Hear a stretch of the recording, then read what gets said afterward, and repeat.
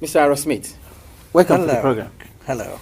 And Mrs. Carol Smith, welcome to the program. Thank you. May I say how delighted we are to be on Passion. We've looked forward to speaking to an African television station for decades. This is something we have looked forward to for such a long time, and we are so happy to be here. Thank you. Mr. Arrow Smith was a young, bright, and principled Oxford University graduate who was recruited by the Colonial Office and posted to Nigeria. He took his final examination a year ahead of his class. He also married Mrs. Carol Smith, whom he met while they were both at Oxford University.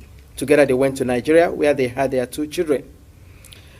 Mr. Arrow Smith, you were featured in a program recently by BBC Radio 4, yes. Titled Document. Yes. And that was hosted by Mr. Mike Thompson.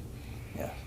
You are alleged that the British government rigged the first and most important election in the history of Nigeria in 1959 in favor of the North. Am I correct? Yes.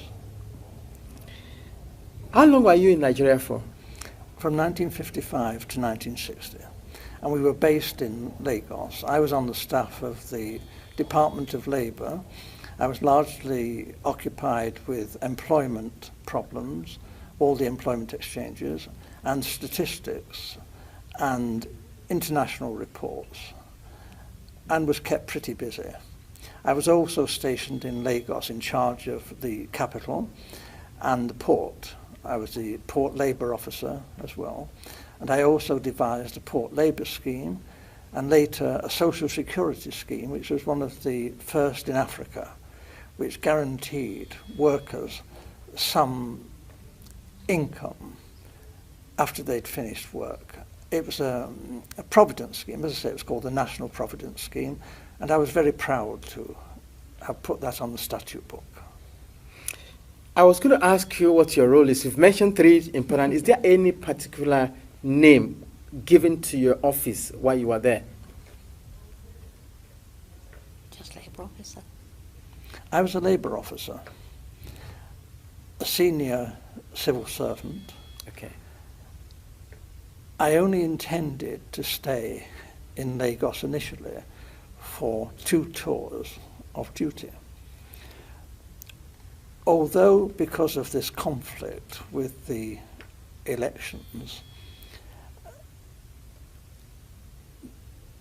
there were difficulties. Actually, government wouldn't let me leave the civil service. They were determined that I should stay in the civil service after my 2 tours. And I was offered very considerable incentives, including a knighthood, to stay and work for government. Primarily this was because I had access to state secrets. I learned, and the Governor-General himself confirmed this to me, that the elections were rigged, contrived. The intention was that the North should rule Nigeria. Even in '56, the Northern leaders were very proud and were saying, if they couldn't run Nigeria, never mind elections, they might not join Nigeria. They might leave. And we all thought, well, how would they survive? There were no industries. There's not a great deal of agriculture, some groundnuts in the north. This wasn't very practical at all. And then it was, the Governor-General seemed to be thinking that the North couldn't, even if it won an election, rule Nigeria by itself. The South wouldn't stand for that. So there had to be a partner, either the Igbos in the east or the Yoruba in the west, to team up with the North. What he didn't want was for the 2 southern parties, the Igbo and the Yoruba, to team up to form the government, because he believed the North wouldn't tolerate that and talked about leaving the federation. So as I learned, in a small way at first, but very rapidly I learned about the election fixing, and as I say, this was confirmed to me by the Governor-General. He actually said that he wanted me to know the truth, because he wanted me to know how much trouble I was in. You mentioned statistics. You were collecting figures. Yes. Is that for labor and unemployed people only, or general? Primarily, but obviously my interest was in the population Of generally. Nigeria? Yes. And Awolowo, the Yoruba leader of the action group, Yep. and Chief Enaharo, they too, other people were saying, where are all these millions of people in the north? Where are they? We're going up there to campaign. We want to know, you know. And you see all these, you know, thousands of miles of not very developed countryside, and yet the northerners are claiming that their voting registration figures are larger than in the south, you know, larger, far more people up there. Well, actually, if you went through the Igbo land, you know, Enugu and that, you saw lots and lots of people. If you went to Ibadan, again, Ibadan teeming, you know, with millions of people. But we didn't actually see many northerners, and obviously not many northerners at that time came to Lagos. So this did arouse suspicion. Now, the Europeans, you know, not stupid, we are watching what's going on in Nigeria, and we too are beginning to feel there's something not quite right here, that maybe the elections are not going to be as straightforward as they're meant to be. Nigeria was being described as the showcase of democracy, and it was expected that the nationalist leaders would win through. But actually, when the election results were announced by the Governor-General, before the vote was even in, he didn't vote, didn't count for that, he didn't wait for that. I have to tell you, the British were counting the votes, and the British cannot be trusted. They look after their friends. Loyalty is the big thing for the British. And we were friends with the emirs of the north. We looked on people like Enaharo and Awolowo as rather dangerous people. They might even be communists. That's ridiculous, actually. They couldn't be communists in 1,000 years. But this was a sort of thing that was being said. And we were, Europeans, were getting a bit worried about all this. It wasn't quite the honest, straightforward election that we were hoping for. Apart from Professor Anderson and Dr. Patrick Wilmot that supported your submission on the rigged election, there were other people who also served in the colonial office in your days. I mean, who opposed to this submission? Initially, I was warned of what was going on by my senior officer, a Major Bunker. I didn't know, and I knew that the Governor-General had directed me to take all the office staff of the Ministry of Labour to help Chief Okoti Igbo in politicking in Warri. And this was most irregular, and I refused to do this. Having refused an order, I know what the drill is. You resign. I resign my post. That is the proper thing to do. What they did then was rather devious. They persuaded me to withdraw my resignation, and when I did, they sacked me. It didn't go through, but I thought it was a bit low after I'd resigned and was prepared to leave the country. This was not very nice behaviour. They later withdrew this and said that I had been of some service to the state, and actually commended me for what I had done, and said I could leave Nigeria with splendid testimonials, and we shook hands on this. And this was done with the recognition of the Deputy Governor-General, Sir Ralph Grey. And then I left Nigeria the first time and took up a job as a personnel officer, a very big job, with the Esso refinery. And then government came after me, declared that I was a traitor, and I had betrayed the British people, ought to be imprisoned, and I lost that job. And then they came to me again and said, it's all been a big mistake. dreadful mistake. I'm a jolly decent chap, you know, Oxford chap, and they put me on a plane straight back to Nigeria, where I'd make up for the time I'd been away. There was a great deal of good work for me to do, and we fell for this. We shouldn't have gone back, but we did. Now, if you recall what you said about the role of the Governor General and the attitude of the British government in particular, regarding the fear that Awolowo, Okotie-Eboh, and the lot of them from the south are dangerous. Is there a particular reason? Why the fear from the British government? Is it that they don't want to release or relinquish Nigeria? They still want to control Nigeria? They knew that the North would do as they said after independence. If it had any, the North would just, because it was their habit, they liked the British, whereas the nationalists were an unknown factor. Actually, when they took the flag down and hoisted the Nigerian flag, not one of the major nationalist politicians was there. They weren't even on the platform. This was incredible. These were the people who had sought independence. The people in the North didn't want independence. They didn't want the British to leave. So this was a farce. And for most Europeans who were very close and watching this, we were disgusted. We thought this really had been manipulated, this election. It was unworthy. It was unworthy of the British people, this. This was no honest, straightforward thing that you would expect Britain, the mother of parliaments, to do. This was cheap and low and criminal. And I opposed it. And I opposed it then, and I've opposed it ever since. And I'm telling you the truth.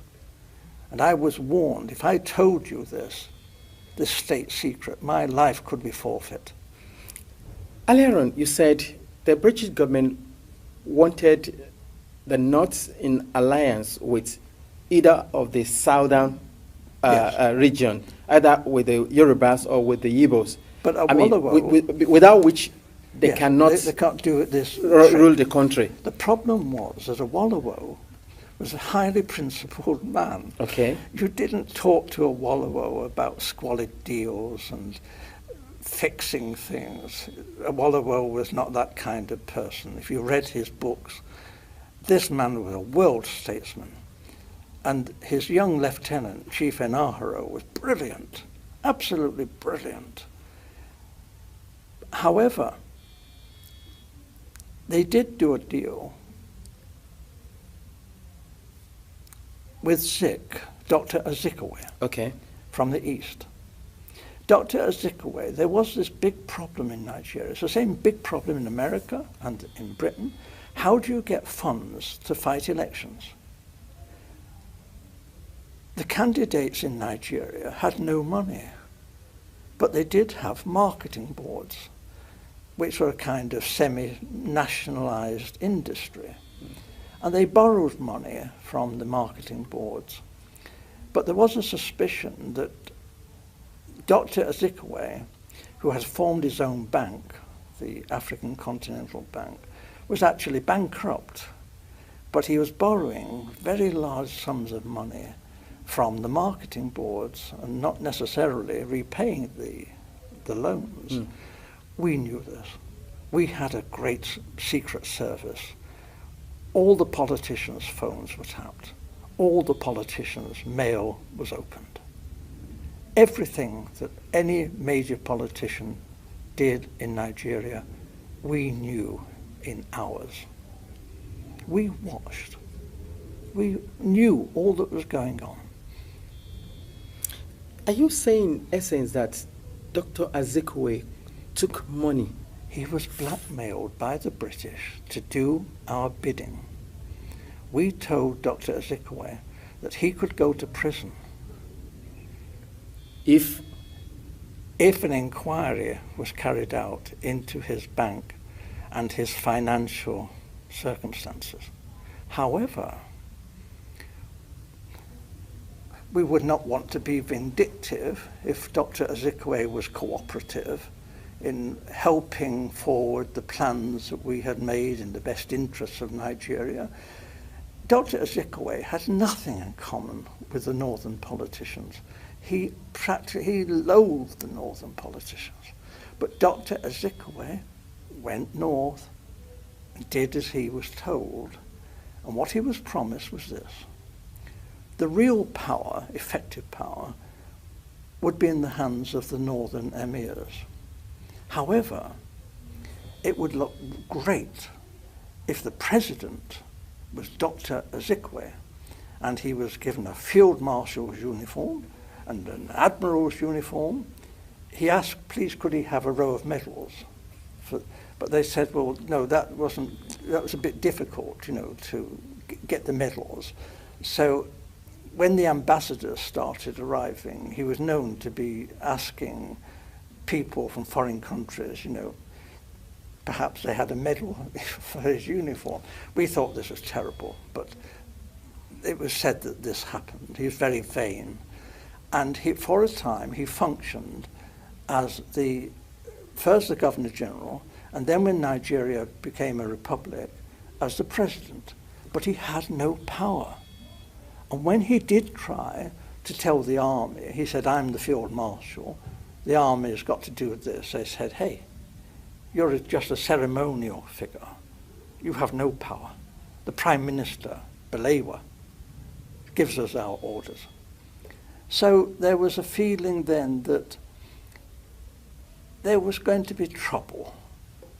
And then it was because the Awolowo and the Action Group had become the official opposition.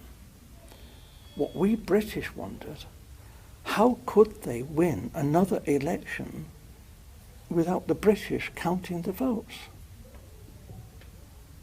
There could not be another proper run election without us there. We knew what we were doing. We were just helping things along. You know, we were doing what the British do, favouring our friends and looking after our own and repaying favours. We don't call that corruption.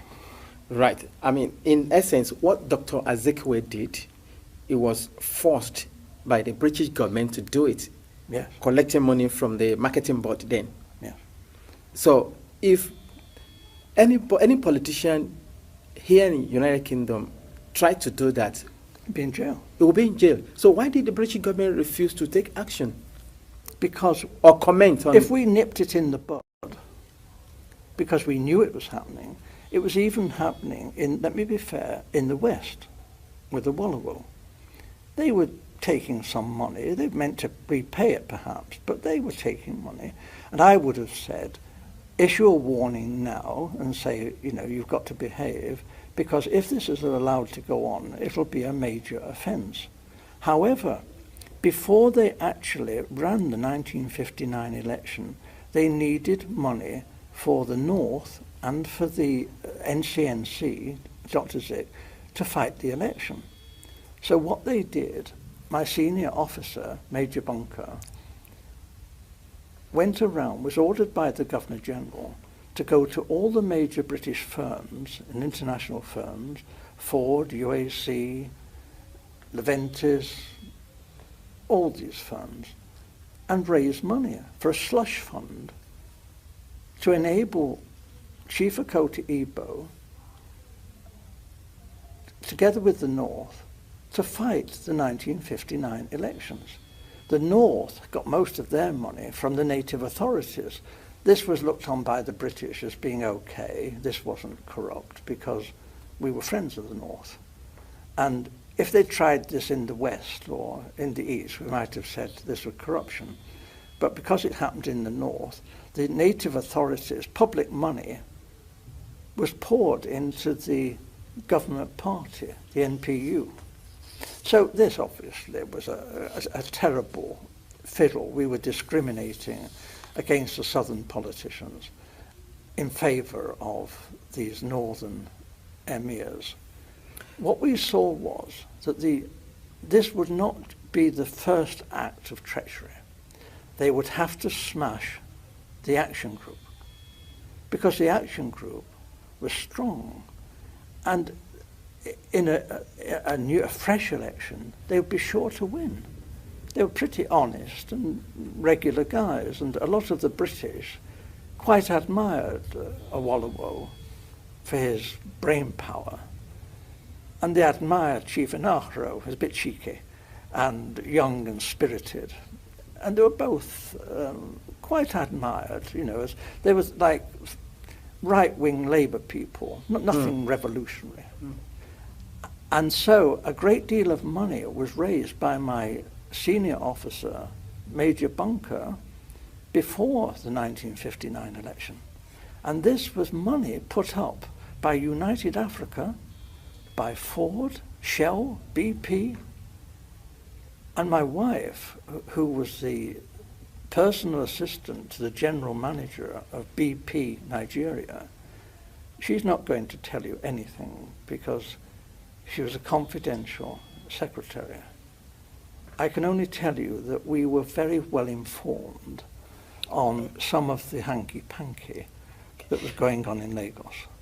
Having revealed now that the election of 1959 was rigged, the census figure were cooked, I don't know if you have been following the ongoing in Nigeria today. Yes, of course. The last general election, yes. The 1979-1980 election, I mean, in which Azekwe was the beautiful bride, and I mean... But I have to tell you, sir, that I'm not going to comment. Okay. I cannot interfere in Nigeria's domestic politics. I'm a historic figure.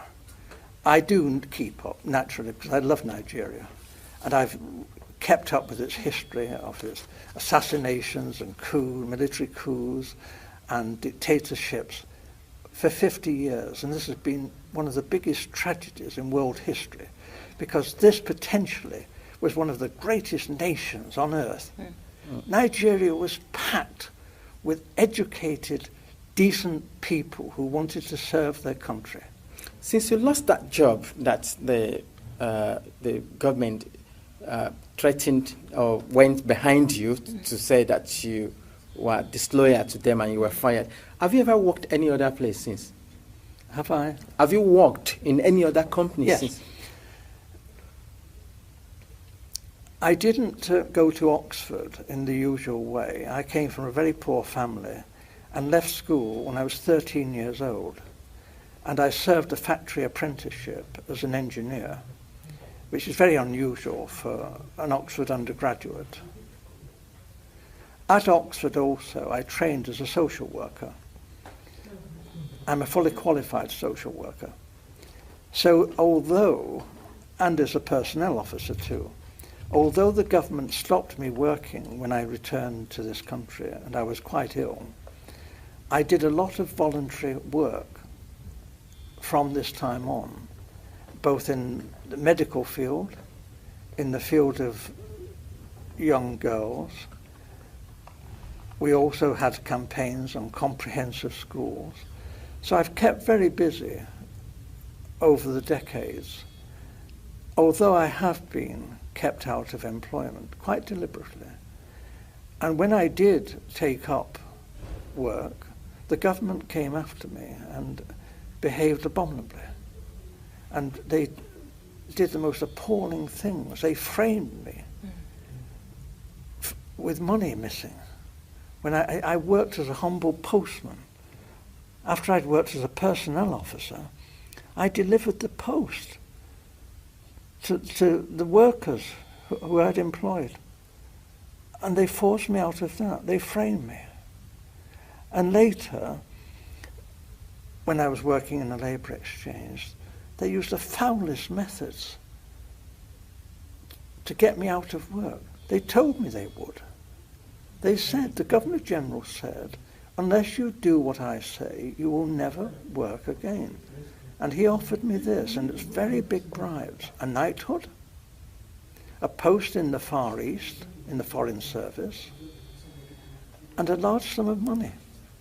And this was confirmed later in Whitehall, and we turned it down.